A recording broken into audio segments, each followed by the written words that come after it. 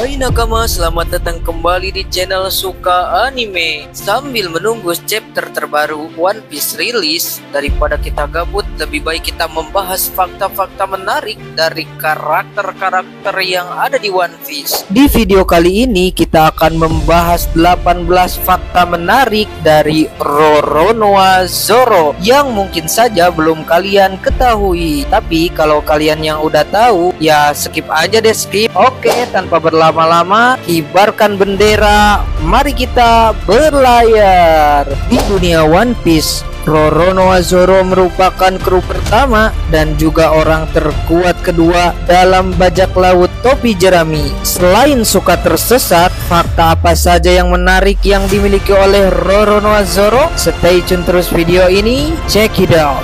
Yang pertama, nama Zoro diambil dari bajak laut sungguhan. Fakta Zoro yang pertama ini mungkin akan mengejutkan Anda karena Zoro merupakan satu-satunya kru bajak laut Mugiwara yang memiliki nama dari bajak laut sungguhan. Nama Roronoa diambil dari bajak laut yang bernama Francois Lolonais yang merupakan bajak laut di area Karibia terkejam pada masanya. Lolonais dalam bahasa Jepang dibaca Roronoa. Yang kedua, makanan favorit Zoro adalah nasi, tapi tidak dicampur dengan jengkol dan sambal dan ikan asin pedas. Selain itu, ia juga senang memakan daging monster atau apapun yang enak bila dimakan sambil minum sake.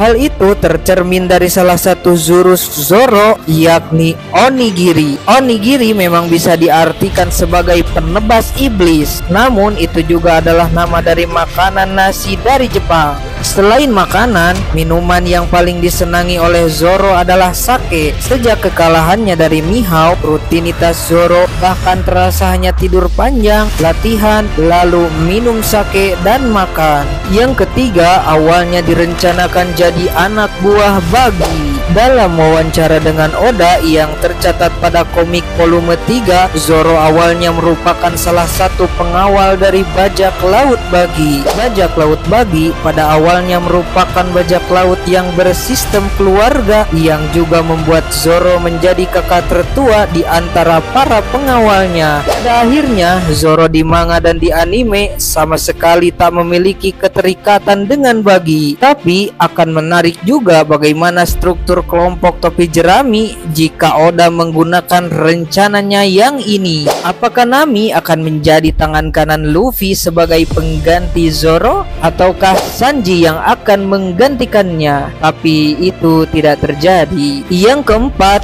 pedang favoritnya adalah Wado Ichimonji dan Susui. Sejak pertama kali One Piece dibuat, pedang Zoro berhasil bertahan hingga saat ini adalah Wado Ichimonji, yang juga merupakan salah satu dari 21 Seijo Wazamono. Pedang ini bahkan mampu bertahan saat beradu dengan Yoru milik Mihawk. Dua pedang pertama Zoro hancur dalam konfrontasi itu, tapi tidak demikian dengan Wado Ichimonji. Zoro juga selalu mengambil pedang ini saat bertarung. Wado Ichimonji yang paling sering ia pakai. Bahkan bila ia menggunakan jurus yang hanya menggunakan satu pedang, maka Wado Ichimonji lah yang akan ia pilih untuk mengeksekusinya. Wado Ichimonji juga merupakan pedang yang selalu ia gigit saat menggunakan teknik Santoryu. Setelah time skip, pedang favorit Zoro justru Susui. Ia jadi sering menggunakan pedang itu untuk jurus satu pedang, tapi kemudian Zoro terpaksa merelakan Susui kembali ke Wano Kuni. Yang kelima, memiliki luka di wajah dan dada seperti Luffy. Luffy dan Zoro memiliki bekas luka di wajah dan area perut mereka. Untuk Luffy, luka di wajahnya adalah bekas goresan yang ia buat saat kecil. Luka di dadanya adalah bekas serangan Akainu di Marineford. Sementara itu, Zoro memiliki bekas luka panjang dari tebasan Yoru. Kemudian saat muncul lagi di time skip, ia memiliki bekas luka di bagian mata. Mata yang dilintasi bekas luka itu tak terbuka lagi hingga sekarang. Yang keenam, tidak mau memanggil nama Sanji. Bentuk kalian sering melihat Zoro dan Sanji selalu bertengkar hanya karena hal sepele. Mereka berdua juga sering saling menghina satu sama lain. Zoro selalu mengganggu Sanji dengan sebutan Koki Mesum, sedangkan Sanji sering mengganggu Zoro dengan sebutan Marimo, yang berarti kepala lumut. Tapi tahukah Anda bahwa selama 20 tahun lebih manga One Piece berjalan, tidak pernah sekalipun Zoro menyebut nama Sanji? Ya, itulah yang terjadi sejauh ini. Kita lihat saja apakah ini akan berlanjut hingga One Piece tamat, ataukah akan ada momen serius yang memaksa Zoro untuk memanggil nama Sanji. Yang ketujuh, pernah membunuh naga. Selain Ryuma, Zoro juga merupakan tokoh di One Piece yang diketahui sudah membunuh naga. Jika kalian bingung kapan Zoro membunuh naga, kalian bisa menonton atau membaca ulang arc Panghazar. Pada saat Luffy, Zoro, Robin, dan Usopp memasuki pulau terlarang ini,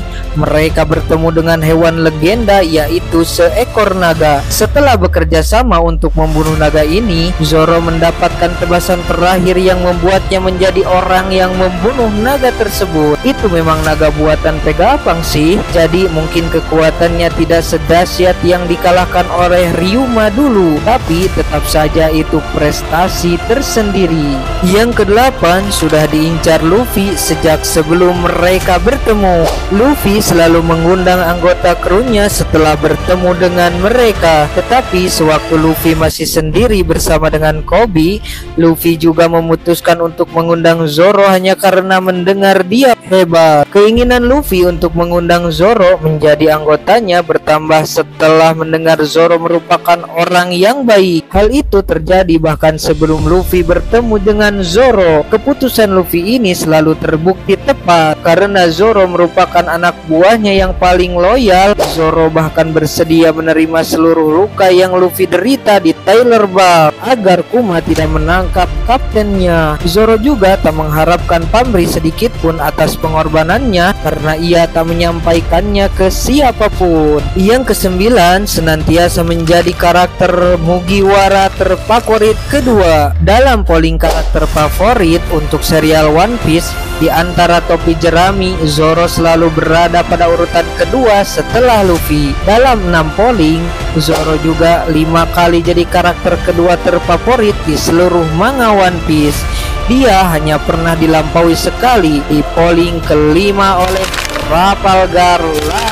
Yang ke-10, pertarungan dengan Kuina membuatnya menapaki jalan ini. Pada awal masuk dojo, Zoro terlihat berhasil mengalahkan beberapa murid di sana dengan menggunakan banyak pedang sekaligus. Ia percaya bahwa semakin banyak pedang, semakin kuat pula dalam bertarung. Tetapi semua itu berubah ketika ia dikalahkan oleh Kuina yang hanya menggunakan satu pedang saja. Setelah kalah oleh Kuina dan diberitahu bahwa banyak pedang tidak membuat orang menjadi kuat, Zoro mulai melatih menggunakan 2 pedang saja. Ia pun mencoba mengalahkan Kuina dengan 2 pedang itu. Setelah Kuina meninggal dunia, Zoro meminta kepada gurunya untuk memberikan pedang milik Kuina.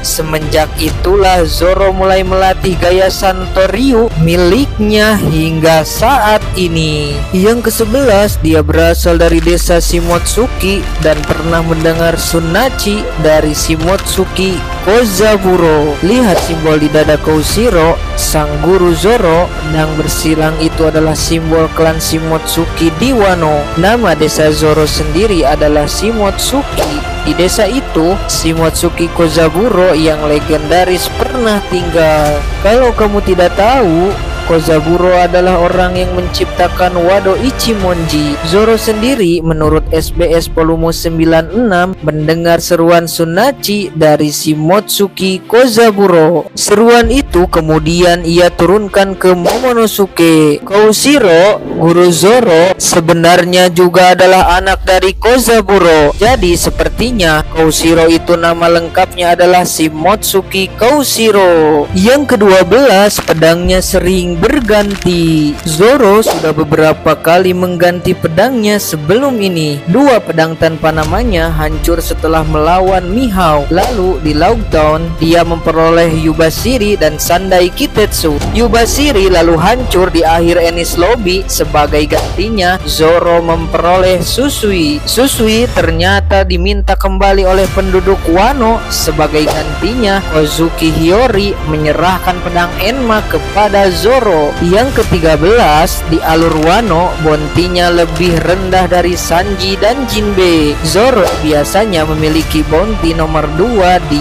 kru topi jerami. Namun karena ia tidak ikut alur Whole Cake Island, bounty-nya disalib oleh Sanji. Ketika Jinbe gabung, Jinbe pun menyalip Zoro dan Sanji dari segi bounty. Bounty Zoro sendiri di alur Wano ada di angka 320 juta berry. Yang ke-14, ahli Ken Bunsoku dan Busosoku Haki. Untuk Busosoku, Zoro begitu ahli hingga ia bisa melampaui pertahanan Haki sosok seperti Pika. Sepertinya tidak banyak orang yang bisa melampaui Zoro dari segi kekuatan tekad. Ken Bunsoku Haki Zoro kurang disorot, namun ia memilikinya. Ia bisa mengantisipasi tembakan anak panah mendadak dan merasakan keberadaan musuh. Yang ke-15, mengerahkan Hausoku Haki saat melawan Kaido, tapi saat itu dia belum menyadarinya. Saat melawan Kaido di Onigashima, Zoro berhasil menorehkan tebasan yang menurut Kaido akan membekas. Kaido lalu bertanya-tanya apakah Zoro menggunakan Hausoku Haki, namun Zoro saat itu belum sadar dia melapisi serangannya dengan Hausoku Haki. Yang ke-16, Zoro mulai sadar melapisi Hausoku Haki ke pedangnya saat melawan King.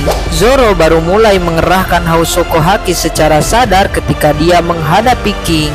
Mulai dari melawan King ini, Zoro bisa melepaskan serangan yang diperkuat Busosoku dan Hausoku Haki seperti Eno Santoryu, Ipyaku Sanjo, Hiryu Jigoku. Jurus yang bukan hanya memotong naga api yang diluncurkan King dan juga menebas King. Yang ke-17, di One Piece live action, Zoro diperankan oleh Mackenyu. Tampil di adaptasi live action anime bukan hal baru bagi Mackenyu yang sebelumnya pernah memerankan ahli pedang juga seperti Enishi Yukishiro di Rurouni Kenshin The Final. Yang ke-18, suara Zoro yang sekarang sangat ikonik itu diisi oleh pengisi suara kenamaan Kazuya Nakai. Mungkin segitu saja dulu informasi yang admin suka anime bagikan. Ingat selalu pesan Mimin, jaga selalu kesehatan dan jangan sampai mati sebelum One Piece tamat. Like video ini jika suka, share jika bermanfaat, dan jangan lupa subscribe.